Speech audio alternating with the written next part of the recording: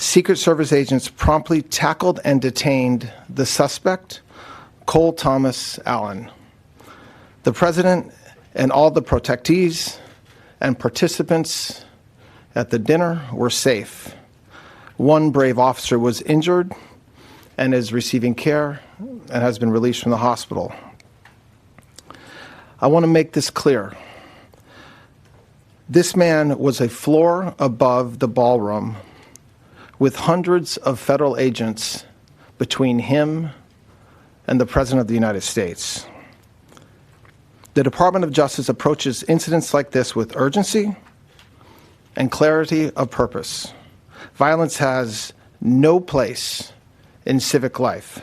It cannot and will not be used to disrupt democratic institutions or intimidate those who serve them, and it certainly cannot continue to be used against the President of the United States. We are investigating this matter fully. We will apply the law fairly, and we will ensure that accountability is swift and certain. But we also should recognize what did not happen. Law enforcement did not fail. They did exactly what they are trained to do. Today, the Department of Justice filed 3 federal charges in United States District Court against Cole Thomas Allen. The first count is attempted assassination of the President of the United States. This count is punishable by up to life in prison.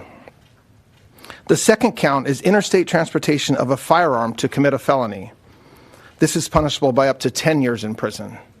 And the third count is discharge of a firearm during a crime of violence, which is punishable by a mandatory minimum term of imprisonment of 10 years, a maximum of life, and the 10 years is consecutive to any other sentence imposed. This investigation is ongoing. It's not complete.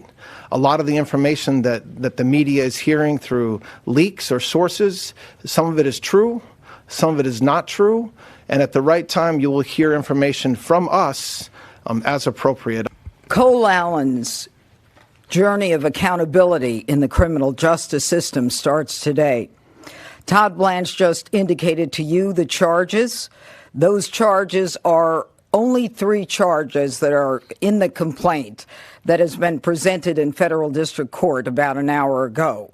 There will be additional charges as this investigation continues to unfold.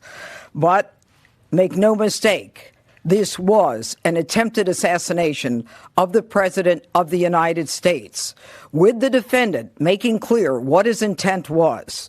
And that intent was to bring down as many of the high-ranking cabinet officials as he could.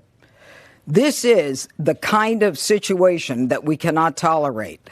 And as the Attorney General has just indicated, it could have been so much worse, but for the reality that we had the Secret Service as well as the Metropolitan Police Department and the FBI. Now, the facts make it very clear what this intent was. We were all there. Many of you were there. Many of you watching were there as well. The president was there. The vice president was there. The cabinet was there. And what you saw, described by the general and the U.S. attorney, is absolutely true. The president spoke on late Saturday evening with the message of unity and a backing of law enforcement, and we have followed through on that message of unity and the effectuation of law enforcement across this country.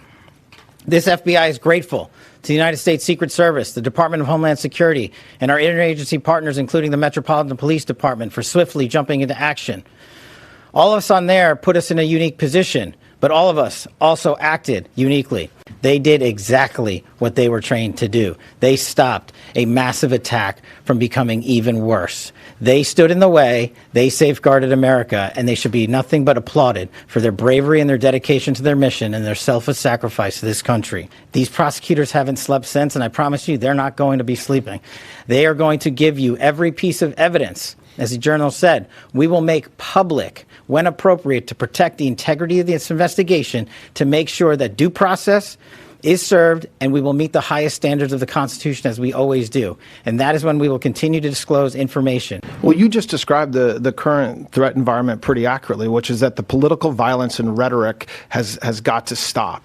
And that's something President Trump said right after the incident on Saturday night. It's something that Carolyn Leavitt talked about a couple hours ago. It is something that is, when you have a president who and many people in this room, if we're going to be honest about it, has done it as well. They're just as guilty as a lot of people on X. When you have reporters, when you have media just being overly critical and calling the president horrible names for no reason and without evidence, without proof, it shouldn't surprise us that this type of rhetoric takes place. And you have a president who willingly speaks with you guys multiple times a day, I would say 7 days a week. He is active all over the country. I think with that, keeping it to the four corners of that statement, when he says demonstrably, it's demonstrated by what happened on Saturday night. So that doesn't mean that the Secret Service would ever let the president go into an unsafe environment. If you like this video, then like, share, and subscribe to Mirror Now.